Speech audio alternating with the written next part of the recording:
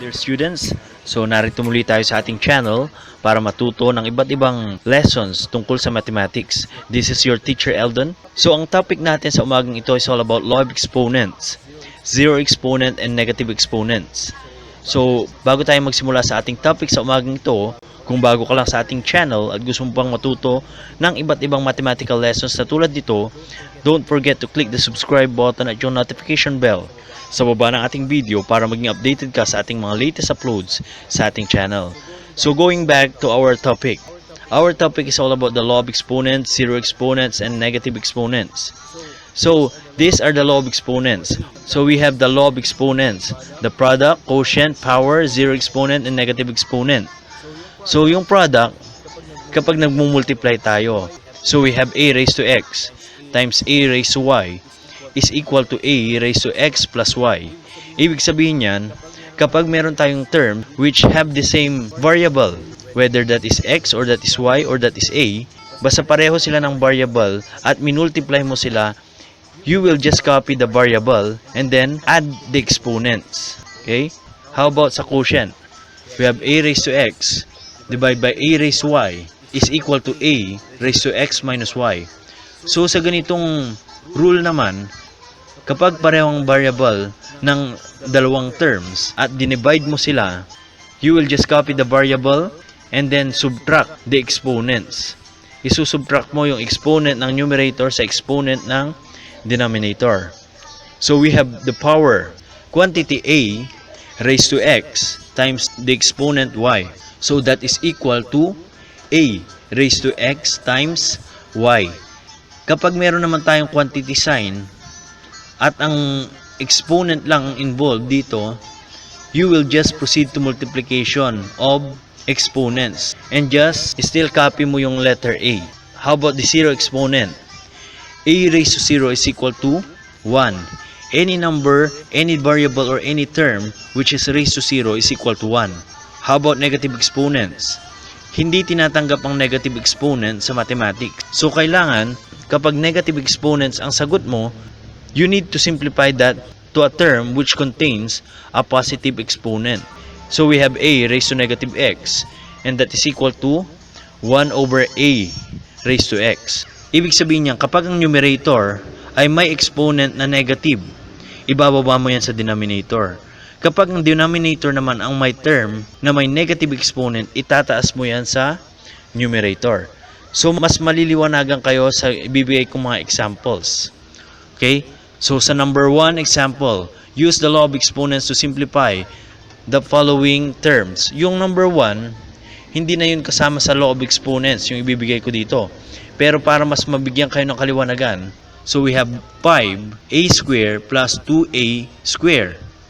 Sa addition naman, maa-add lang natin ang dalawang terms kapag pareho sila ng variable at pareho sila ng exponent. So, we can proceed immediately to addition. So, 5a raised to 2 plus 2a square is equal to 7a square. Number 2. Ito, magagamit na natin ang law of exponents. So, we have 4x cubed times quantity 3x square. So, as you can see, multiplication ito, product rule ito. So 4x cubed times 3x square is equal to 12x raised to 5. Imumultiply natin yung numerical coefficient nila which is 4 and 3. Tapos ikokopyahin lang natin yung x. Pero kukunin natin yung sum ng exponent nila which is 3 plus 2 and that is equal to 5. Okay, let us have another example, number 3. Ito naman yung power. So we have quantity 4x cubed times 4x cubed square is equal to, ang gagawin lang natin, i-distribute natin yung square doon sa 4 at sa 3 cube. So 4 square times 3 times 2 is equal to 16x raised to 6. We have number 5 example. Dapat to number 4. Pero wala tayong number 4, so number 5 na lang. So we have number 5. Ito naman, quotient naman to, quotient. Ibig sabihin, magde-divide naman tayo. We have 4y raised to 4 divided by 4y square. So, first thing that we have to do, syempre, i-divide muna natin yung numerical coefficient ng numerator sa denominator. So 4 divided by 2 is 2. How about y raised to 4 divided by y square? Pagmaminusin natin sila. So 2y raised to 4 minus 2 is equal to 2y raised to 2 or 2y square. That's the answer. So itong given, actually this is 4. Number 5 lang yung isa. 4 given examples are the examples on how we can perform the operation with the use of the law of exponents. So let us proceed to changing expression with negative exponents and zero exponents. So any real number x raised to 0 is equal to 1. Anumang term na i-raise natin sa 0 is 1. How about the negative exponent? If the term in the numerator has a negative exponent, bring it down to the denominator. If the term in the denominator has a negative exponent, bring it up to the numerator. Let us have an example. Rewrite each item to expressions with positive exponents. Okay, so we have number 1, a raised to negative 2. Siyempre, nasa taas. We will not accept this because meron siyang negative exponent. So, kapag nasa taas siya, nasa numerator siya, ibababa natin siya sa denominator. So, magiging 1 over a raised to 2. Number 2, a, b raised to negative 3. So, as you can see, yung bilang ang may negative 3 natin. So, ano magiging equals niyan? Ayan. So, a over b cube. Ibig sabihin, binaba natin yung b because meron siyang negative exponents, pero naiwan yung a. Number 3, ito naman 0 exponent. X raised to 0 is equal to 1. Any number or any exponent or any term raised to 0 is equal to 1. Number 4, 1 over 4 x raised to negative 2.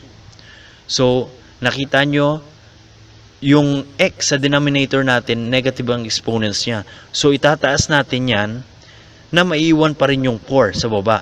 So, that is equal to x square over 4. How about number 5? b raised to 0 over 5x raised to negative 4. So, as you can see, yung b raised to 0, so that means that is 1. So, yung x, itataas natin doon kasi negative ang exponent niya. So, 1 times x raised to 4 will be equal to x raised to 4 over 5. Number 6. Ito, parehong negative ang exponent nila. So, since negative ang parehong exponents nila, pagbabalik-tarin lang natin sila. Yung a raised to 4 mapupunta sa numerator. Yung b raised to 3 mapupunta sa denominator. So, this is the procedure on how we can change a negative exponent to a positive exponent as well as the zero exponent. So, this time, bibigyan ko kayo ng quiz. So, for your quiz, you may answer this one. You may pause for a while para makita ninyo kung paano ninyo sasagutin yan. I-pause muna ninyo at mamaya ipapakita ko yung answer after ng 5 minutes. Pero after 5 minutes, i-pause nyo muna ito, answeran ninyo, and then after that, I will show the answer. Okay? Start answering now. Okay, so tapos na yung time. Since na-pause ninyo ito, ipapakita ko na yung mga tamang sagot. So, ito ang mga tamang sagot sa binigay kong quiz sa inyo sa araw na ito. So, yan yung topic natin, all about law of exponents, negative exponents, and zero exponent. So, I hope meron kayo natutunan sa oras na ito, mga dear students. And kung gusto nyo pa ng ganitong mga videos tungkol sa mathematics at makaalam pa ng ibang mga lessons tungkol sa mathematics in advance, just click the subscribe button and the notification bell sa baba ng ating video para maging updated kayo sa ating mga latest uploads sa ating channel. So hanggang dito na lang mga dear students. Goodbye.